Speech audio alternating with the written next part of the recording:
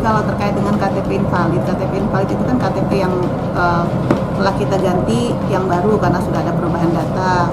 KTPL yang gagal di encoding, gitu ya, KTPL yang rusak itu namanya KTPL invalid. Dan setiap harinya, setiap kita mencetakkan yang baru, KTPL invalid itu sudah kita musnahkan.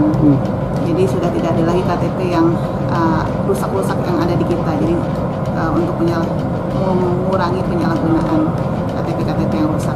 Kalau jumlah hariannya Bu, kita setiap hari memusnahkannya atau dalam waktu kurun tertentu untuk pemusnahan sendiri Bu?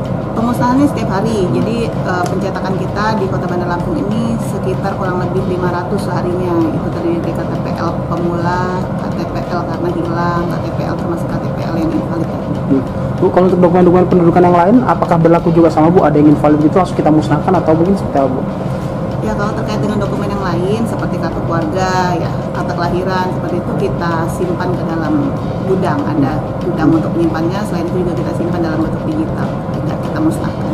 Nah Bu, kan masyarakat ini kan kadang masih ada yang belum tahu nih Bu, bahwa data kependudukannya itu sudah invalid atau memang diperlukannya adanya pengupdatean lah atau pembaharuan. Mungkin ada saran tersendiri nggak sih Bu kepada masyarakat supaya untuk mengecek data kependudukannya supaya nanti ya satu itu terupdate dan tidak invalid itulah intinya. Ya, jadi gini, kita punya aplikasi yang namanya IKD.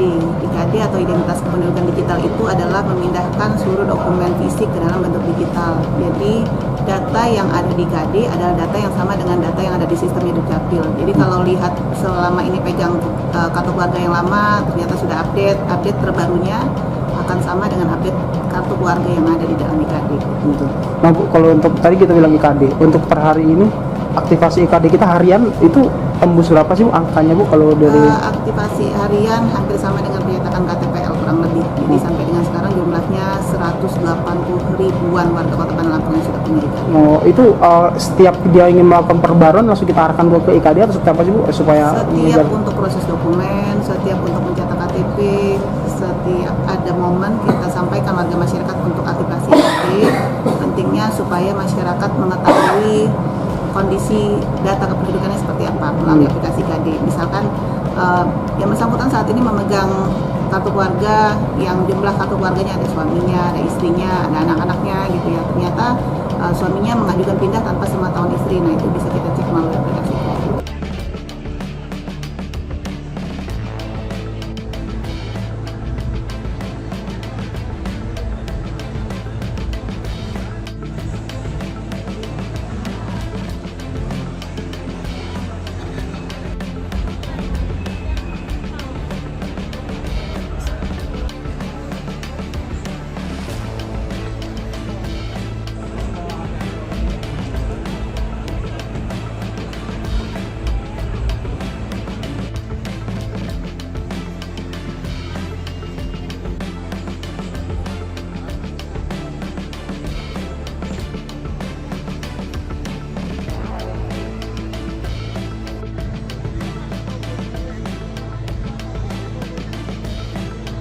Terang sih saya baru tahu sih penipuan barcode KTP kalau bisa disalahgunakan.